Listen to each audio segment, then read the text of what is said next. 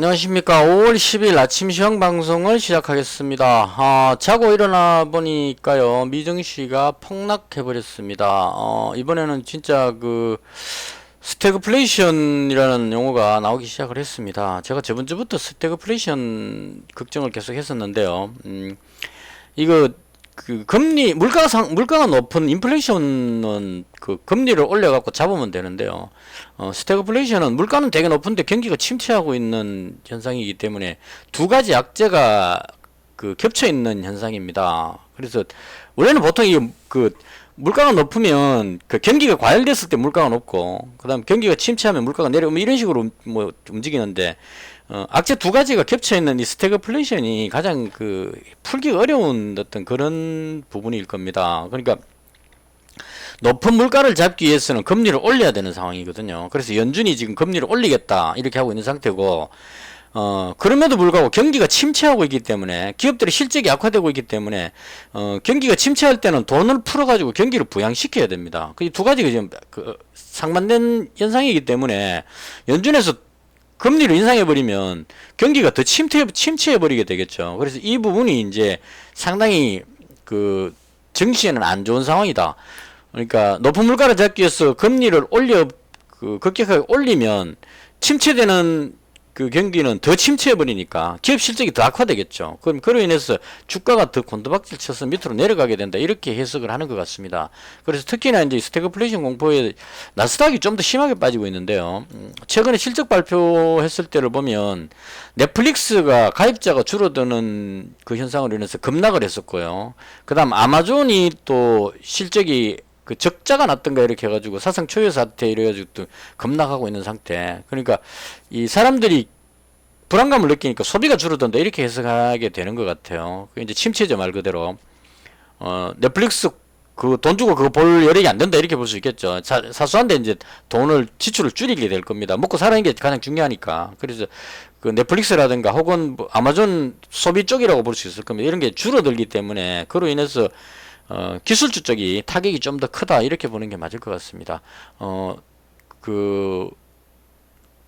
기술주는 어떤 기대 심리 이런 게 많이 반영돼서 올라가기 때문에 악재가 발생했을 때 금리 인상이라든가 이런 부분이 발생했을 때 가장 영향을 많이 받는 것이 아닌가 그렇게 생각이 됩니다. 그래서 지난밤에 한 새벽 2시쯤에 봤을 때 다우가 마이너스 1.6 정도였고 나스닥이 한 3% 정도 3.1~2% 빠지고 있었어요. 그래서 이제 잠에서 깨면 요즘 그냥 무의식적으로 미증시를 봅니다. 보고 다시 잠들곤 하는데요. 일단 다우 한 1.6에 나스닥이 한 3% 정도면 어느 정도 감내할 수준이다라고 생각하고 잤는데 아침에 일어나 보니까 이렇게 돼 있습니다. 그래서 이건 이제 이 감내할 수 있는 수치가 버틸 만한 수준이냐 아니냐 이게 이제 고민이 되는 겁니다. 그래서 제가 어제 좀 나스닥이 반등 나오지 않겠느냐로 생각했는데 이제 그 근거에는 푸틴이 이제 전승절 행사를 하면서 종전선언 뭐 이런 쪽으로 할 줄 알았습니다. 전쟁을 계속하기에는 좀 부담스러울 것 같고 전면전은 좀 위험 부담이 크고, 그리고 또 전쟁이 장기화되면은 러시아도 지금 우크라이나도 마찬가지고 힘들기 때문에 종전선언 쪽으로 했었던, 그렇게 하게 되면 이제 협상 쪽으로 들어가게 되겠죠. 뭐 동부 돈바스 지역을 어떻게 하고 뭐 남부 쪽으로 어떻게 하고 이제 대화를 하는 쪽으로 가지 않을까라고 생각을 했습니다. 그래서 러시아하고 우크라이나 사태가 좀 긴장이 완화되어 주는 걸 생각을 하면서, 그렇게 됐을 경우에 물가가 안정이 되면서 금리 인상 우려감에 대한 어떤 위험이 좀 줄어든다 이렇게 예상을 하고 반등이 나오지 않을까 이렇게 생각했는데 푸틴이 아무 말도 안 했습니다. 종전선언도 안 했고 전면전도 안 했습니다. 선언 안 하고 그냥 푸틴이 했는 말은 대충 이런 뉘앙스였어요. 서방에서 우크라이나 쪽으로 해가지고 계속 밀고 들어오니까 우크라이나가 EU 가입이나 나토 가입 뭐 이런 쪽으로 해서 계속 이제 유럽 EU 나토 국가들이 동진해 오니까 러시아 쪽으로 밀고 들어오는 게 보이니까 선제적으로 우리가 그걸 막기 위해서 공격했다 이 부분을 이야기를 한 겁니다. 그러니까 러시아 입장에서 푸틴이 한 말은 이 전쟁은 내가 어쩔 수 없이 할 수밖에 없었다. 내가 하고 싶어 한 게 아니고 러시아를 지키기 위해서 유럽 쪽에서 동진해 오는 이 그 서방 세력을 막기 위한 어쩔 수 없는 선택이었다. 이것만 주장하고 더 이상 말을 하지 않았어요. 그러니까 그렇게 해버리니까 이 부분에 대해서 이제 이 전쟁은 내가 할 수밖에 없었던 상황이다. 전쟁을 하게 되는 그 부분에 대한 정당성만 이야기하고 끝내버리니까 계속 하겠다는 얘기가 돼버렸죠. 뭐 전면전을 한다 그러면 악화돼갖고 겁나겠다 올라가든지 무슨 변화가 생길 거고, 종전선언 하면 전쟁이 끝날 기대가면서 올라가면 이렇게 될 건데, 그런 부분 없이 나는 이 전쟁을 어쩔 수 없이 지금 할 수밖에 없다 이것만 얘기하니까 계속 하겠다가 돼버리는 겁니다. 그럼 이제 우크라이나 입장에서도 푸틴이 계속 전쟁하겠다 그러는데 안 할 수도 없는 상황이고 이제 계속 해야 되는 상황이겠죠. 그 양쪽에서 소모전을 펼치는데, 대충 보니까 지금 어제 봤을 때 이제 그 동부 지역이 그 평야지대이기 때문에 전투가 탱크 전차전이 될 가능성이 높다 그래. 지금 실제로 그렇기도 하고. 근데 러시아가 12,000대 정도 탱크가 있답니다. 지금 그 5번에 공격하면서 좀 깨졌다 치더라도 거의 한 11,000여대가 있겠죠. 우크라이나가 2,000대 정도 탱크가 있답니다. 서방의 지원을 받아서 느린다 하더라도 3,000대 정도 된다고 쳤을 때, 만 대하고 그 만과 2만의 싸움이 되겠죠. 서로 계속 깨지고 있으니까. 그래서 우크라이나가 서방의 지원을 받아서 밀어내는 데는 어느 정도 뭐 조금 밀어낼지 몰라도 한계가 있다는 얘기입니다. 그 평양에 탱크 10,000대를 세워놓고 2,000대를 세워놓고 둘이서 쏘면 같이 막 소모전으로 깨진다고 쳤을 때, 무슨 그 우크라이나 탱크가 뭐 철갑을 두르지 않은 이상에는 같이 손실이 발생된다고 쳤을 때, 그 우크라이나가 러시아 탱크를 전부 다 부시고 그냥 밀어낼 정도였던 힘은 안 될 거란 얘기입니다. 못 들어오게 막으려고 버티는 정도, 이 정도가 되지 않을까 싶고, 제가 봤을 때 푸틴의 생각은 이렇게 해서 그냥 버티면 러시아는 일단 뭐 석유라든가 천연가스 이 자원이 많기 때문에 그걸로 해서 버틸 수 있다고 생각하는 거죠. 뭐 면하고나 그 중국 같은 데서 러시아산 석유나 가스를 쓰지 않을 수가 없기 때문에, 그래서 그런 쪽으로 해서 그건 바로 현금과 마찬가지니까요. 팔아서 바로 자금을 조달하면 우리는 생존이 가능하다 이렇게 판단하는 것 같아요. 그럼 이제 반대쪽에 있는 서방 진영 유럽 쪽이나 이런 쪽의 나라들이 계속 우크라이나를 지원해가지고 이 전쟁을 장기화하기에는 힘들어진다는 얘기입니다. 미국이 전 세계의 모든 경제를, 전 세계의 모든 석유라든가 가스를 다 지원할 수는 없겠죠. 뭐 단기적으로는 가능하겠지만, 그래서 갈 때까지 가보자 이런 자세를 지금 취해버렸다고 봅니다, 푸틴이. 그래서 이렇게 되니까 전쟁이 이제 하염없이 길어지는 쪽으로 흘러가 버리는 것이 아닌가 싶습니다. 그래서 이 부분이 상당히 좀 심각한 어떤 해결이 안 되고 있으니까요. 그래서 그 부분으로 인해서 가뜩이나 지금 스태그플레이션으로 전 세계 경제가 안 좋은데 러시아 우크라이나가 지금 끝나지 않고 계속 이어지고 있다면 이 부분이 어떤 해결책이 없죠. 러시아 우크라이나 전쟁이 완화되는 그 부분이 돼야만 이 부분에 대해서 이제 하락하고 있는 정치를 되돌릴 수 있는 힘이 되는데, 그 부분이 기약 없이 그냥 푸틴이 그냥 별말 안 하고 그냥 침묵해 버리니까 좀 막막한 상황. 그래서 이 부분을 이제 다시 매듭을 풀려면 서방 세력들이 좀 어떤 또 힘을, 의견을 모아가지고 러시아하고 다시 대화하는 과정을 거쳐야 될 것 같은데, 그러니까 서로 간의 어떤 기선제압을 위한 어떤 그런 것 같아요. 러시아 입장에서는 이미 먹을 땅을 먹어놨으니까 가만히 버티면 된다 이렇게 생각하는 것 같아요. 답답하면 너 뭐 해볼 대로 해봐라 이런 식으로 버티고 있는 상황이고, 우크라이나 입장에서도 그거 지금 들어오는 걸 막는 건 쉽지만 적은 수의 탱크로 그걸 들어가서 밀어붙이기에는 더 역부족이라는 얘기죠. 그것도 더군다나 평야지대인데 아무리 뭐 능력이 뛰어나다 하더라도 노출이 다 된 평야지대에 탱크를 몰고 들어가는데 그걸 진격해가지고 상대방을 밀어낸다. 이건 한 10배 정도 더 강력한 부대가 공격해도 힘들 건데, 오히려 탱크 대수가 작은 우크라이나에서 한다는 거는 쉽지 않을 것이다 이렇게 보여집니다. 그래서 게릴라전이라든가 소규모전에서는 이길지 몰라도 전쟁상 큰 그림으로 봤을 때 러시아가 지금 자리 잡은 현재의 지역을 탈환하기가 쉽지는 않을 것이다. 그럼 이렇게 계속 올라가면 세계 경제가 점점 악화될 거고, 여기서 이제 누가 먼저 한계치를 느껴가지고 항복하느냐에 달렸다 이렇게 봅니다. 그래서 오히려 러시아가 뭐 난 답답할 거 없다고 버텨버리는 바람에 오히려 이제 미국이나 유럽 쪽이 더 답답해진 상황, 이런 것이 아닌가 싶고, 이 위기가 어떻게 될지 참 가늠하기 어려운 상황입니다.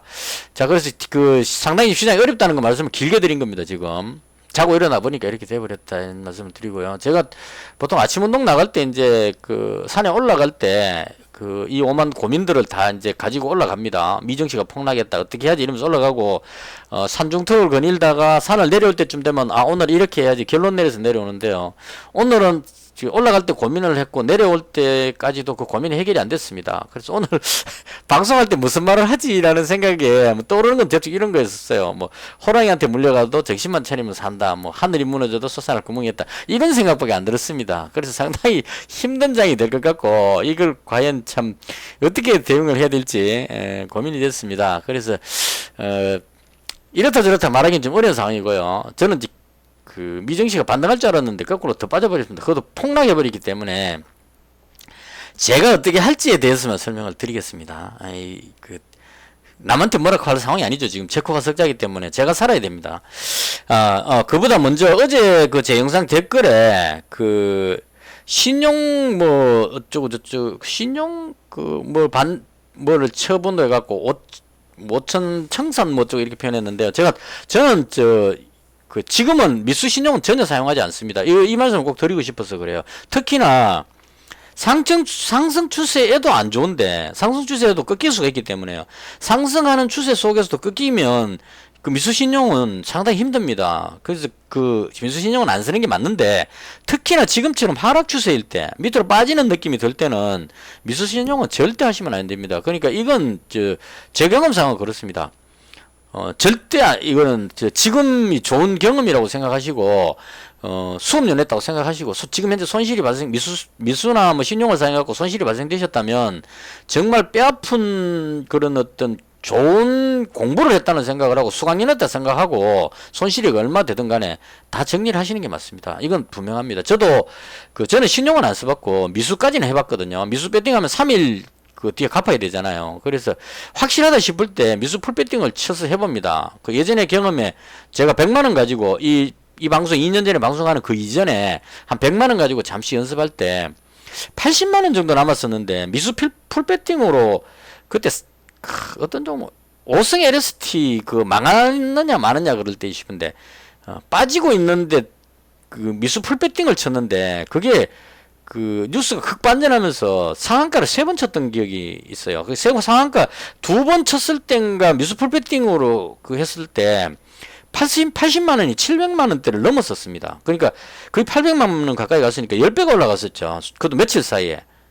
그래서 이 아주 짧은 기간에 엄청난 수익을 올릴 수 있다는 건 경험을 해봤는데 그 돈이 다 날아가더라는 얘기입니다. 결과적으로 똑같은 미수풀 배팅으로 인해서 순식간에 다 사라져 버립니다. 이건 마찬가지입니다. 레버리지 효과이기 때문에 내가 몇 배의 돈을 순식간에 벌 수 있다는 생각을 하는데 그 똑같은 방법으로 순식간에 그만큼 잃어버릴 수 있습니다.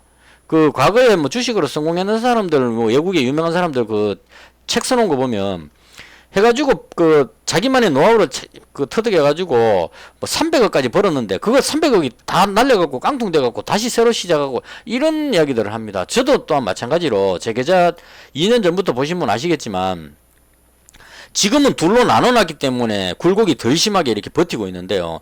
예전에 묶어서 한꺼번에 할 때는 그 1600만원까지 갔다가 거의 며칠 만에 올라갔다가 그 다음 1600만원이 700만원까지 수직으로 낙하했었어요. 그건 한 3, 4일 만에 700까지 반토막이 났었습니다.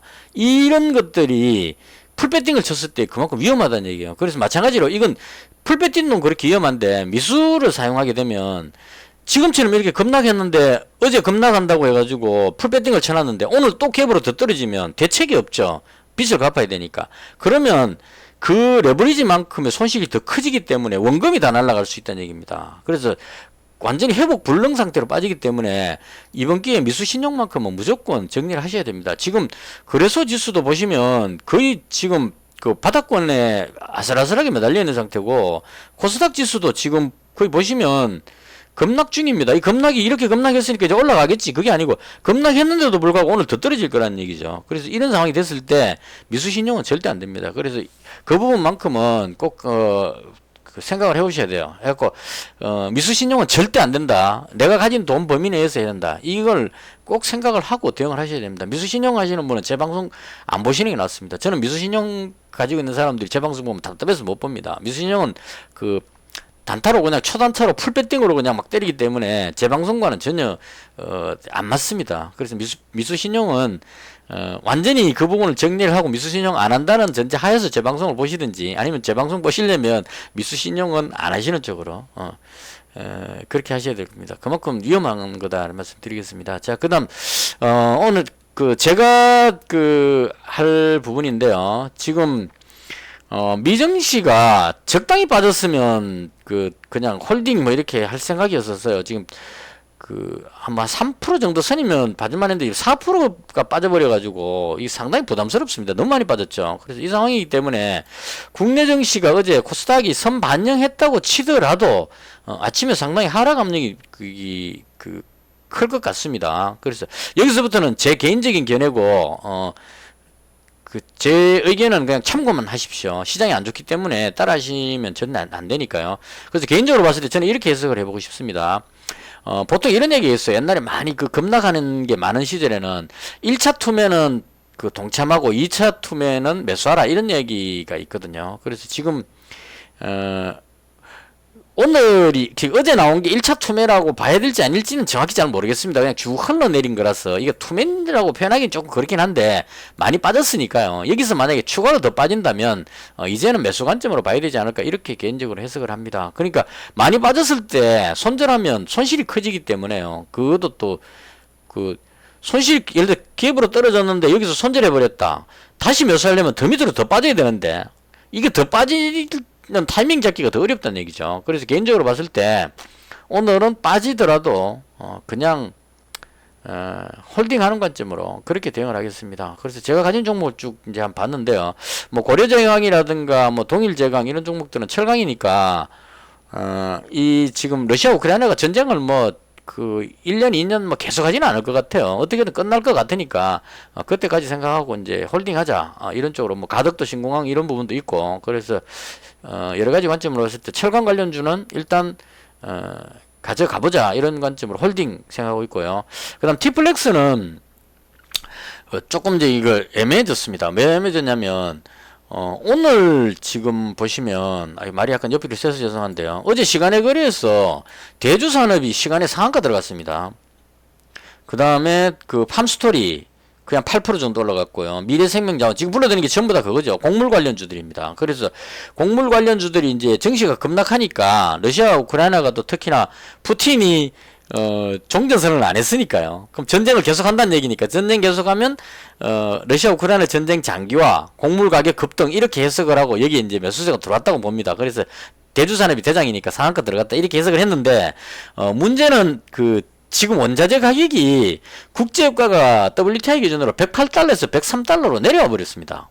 거꾸로 내려왔다는 얘기예요. 그리고 국제 곡물 가격이 제가 보는 관점에서는 올라간 게 아니고 오히려 내려가고 있습니다. 지금 밑으로. 그래서 이게 이제 해석이 이제 상당히 이제 난해해지는 거죠.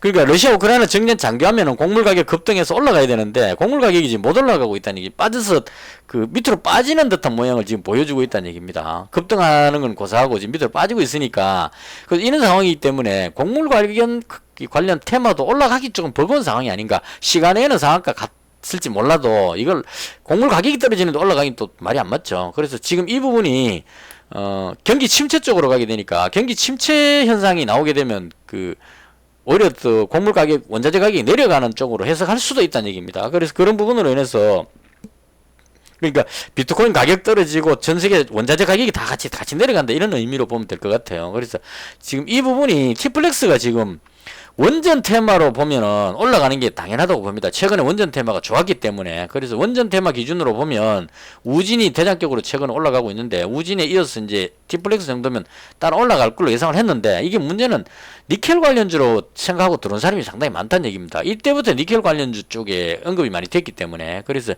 원자재 가격 내려가면서 니켈 가격이 내려가 버리기 때문에 이 부분으로 인해서 니켈로 들어온 사람들이 던지는 물량을 어떻게 소화할 것이냐 하는 부분인데요. 개인적으로 봤을 때는 이 T플렉스는 니켈로 보는 것보다는 원전 부품 관련주로 보는 것이 맞을 것 같고요. 그래서 이 부분도 마찬가지로 그냥 홀딩하는 쪽으로 할 생각이고요. 그 다음 수산중공업이 지금 오늘 가장 문제가 될 것 같습니다. 시간에서 한 3% 정도 빠져버렸는데요. 현대 에버다임이 거의 한 5% 정도 빠졌죠. 이게 이제 아마 어제 올라가려고 했던 게 푸틴이 종전선언 할까 싶어 이제 움직였는데 지금 그 종전선언 안 했거든요. 그래서 그 부분으로 인해서 실망 매물이 나올 것 같은데요. 이 부분도 마찬가지로 수산중공업이 뭐 중장비 이런 쪽이니까 이걸 생각해서 그냥 이것도 하락하더라도 그냥 홀딩하는 방향으로. 그래서 결론적으로 오늘은 저한테 상당히 힘든 날이 될 수 있을 것 같은데요. 그냥 그대로 홀딩하고 손실은 손실대로 뭐 일본 계좌가 그 700만 원 깨고 내려가는 한이 있더라도 그대로 홀딩을 하고 넘어가는 방향으로 그렇게 하겠습니다. 갭 하락하는데 거기서 손절해 버리면 다시 매수할 타이밍을 잡기 어려울 것 같아서 그래서 아주 힘든 날이 될 것 같은데 특히나 오늘 그 윤석열 정부 대통령 취임식인데 대통령 취임식 하는 날 그 예의 없이 폭락하지는 않겠죠. 그래서 일단 상당히 힘든 장일 예상되고요. 그렇다 하더라도 손절하지 않고 보유 종목 그대로 홀딩하고 눈 딱 감고 많이 빠지면 막 컴퓨터 꺼버리고 그냥 음악이나 들으면서 영화나 보면서 그렇게 보낼까도 생각하고 있습니다. 아무쪼록 힘든 시기이고요. 마땅히 대책이 없다 보니까 횡설수설 말이 좀 길었는데요. 잘 대응하시기 바랍니다. 저는 일단 그 홀딩하는 쪽으로 선택을 했습니다.